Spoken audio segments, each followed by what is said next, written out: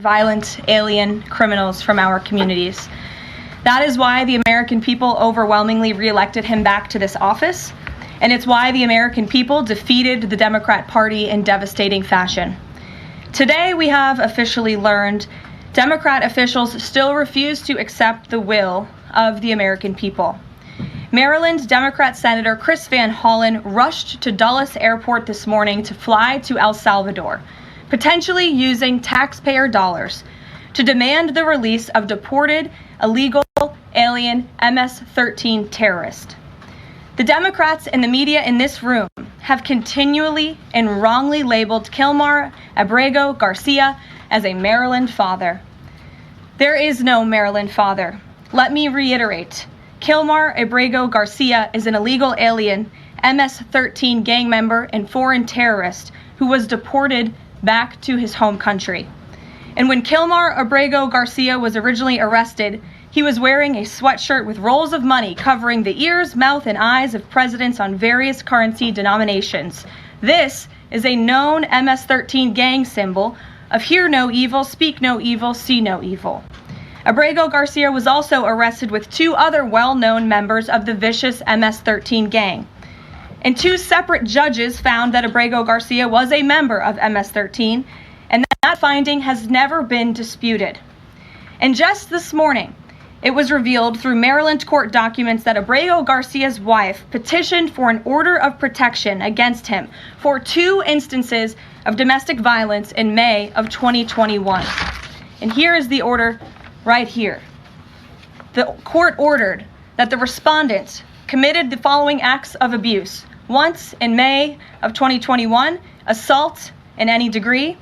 And on May 4th of 2021, he punched and scratched his wife, ripped off her shirt, and grabbed and bruised her. This is from a court in Maryland. So not only are Democrats rushing to defend an illegal criminal foreign terrorist gang member, but also an apparent woman beater. To set all of that aside, the basic fact that he was illegally inside our country and had a lawful deportation order made him subject to removal back to his home country of El Salvador. And if he ever ends up back in the United States, he would immediately be deported again. Nothing will change the fact that Abrego Garcia will never be a Maryland father. He will never live in the United States of America again. And the United States Supreme Court ruled unanimously that the President of the United States and the Secretary of State could not be compelled to forcibly retrieve this citizen of El Salvador who is currently locked up in a maximum security prison in his home country due to his MS-13 membership. To remind the media and the Democrat Party, MS-13 are among the most vicious and dangerous individuals in this world. They pose a direct threat to the United States, El Salvador, and any other country who maintains basic law and order. MS-13 rapes innocent girls and women, runs sex trafficking operations, murders for sport, and terrorizes law-abiding people.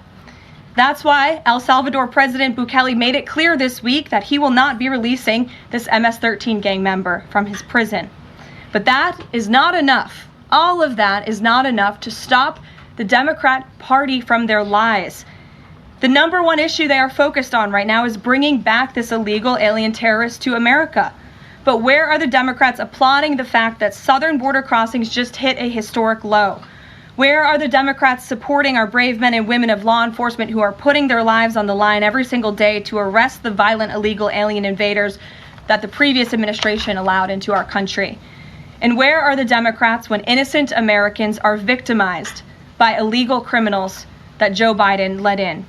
It's appalling and sad that Senator Van Hollen and the Democrats applauding his trip to El Salvador today are incapable of having any shred of common sense or empathy for their own constituents and our citizens. Nobody knows this more than the woman standing to my right, Patty Morin, whose beautiful daughter Rachel was brutally maimed and murdered at the hands of an illegal alien in August of 2023. Patty no longer has her daughter because of the failed Democrat Party's open border, and these are policies that President Trump is bringing an end to. Patty should not have to be here today, but she is. And we are grateful and we are honored for her willingness and her request to share her powerful story with the world. Thank you, Patty, for being here. Thank you. A lot of you don't know the whole story about Rachel and about the crime that was committed against her. Even us, her family, we didn't know all the details. They kept most of it close to their chest, the detectives, because they didn't want to do anything to hurt the case. They wanted to keep the integrity of the case, so they kept everything close. I sat for the last 2 weeks in her trial, and we saw layer upon layer upon layer of evidence against the accused, an illegal immigrant from El Salvador. And the things that we thought, well, maybe this might have happened, we didn't know. But when we were at the trial, we got all the puzzle pieces. And I want to share some of those things with you. You know that Rachel's a 37-year-old mother. She has 5 children. We've walked the trail for the last 25 years that we've lived in Maryland. It's a safe place for our family. It's where we go to get a little bit of New England, because that's where we're from, New England. When she went on that trail that day, she was not planning on dying. She wasn't planning on walking to her death. She was planning on going to the grocery store with her girls afterwards. Victor Martinez, he waited for her. He waited for her to come closer. He saw her. He saw that there was nobody around. He attacked her. He dragged her 150 feet, blood gushing from her head. It left a 150-foot trail of her blood to the culverts, where he picked her up, he threw her against the wall of the tunnel, and he raped her. But before he did that, he stopped on that trail, and rocks, still stained with her blood, he used them to hammer her head against those rocks. They say at least 20 times they could count the cuts in her head. They said that when they did the autopsy, and I've seen the pictures, there's a 6-inch square in the back of her head where the skull is shattered the way that you would crush an eggshell in pieces. 3/4 of her brain hemorrhaged. Her right and left side of her face bashed in. Her beautiful face bashed in. Her head bashed in. Broken bones, fractures. He takes and he drags her some more. He drags her through the thorn bushes. She has all the scrapes and cuts on her body. There wasn't 1 inch of her body that didn't have some kind of injury, whether it's bruising, broken bones, contusions, the scratches. She had a fractured rib, fractured nose, fractured skull. And then he takes her into the tunnel, and he picks her up. He throws her against the wall. Blood is gushing from her head. Her hair is soaked in blood.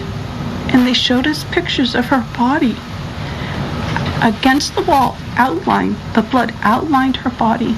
And you could see where the blood ran down around her as he was raping her.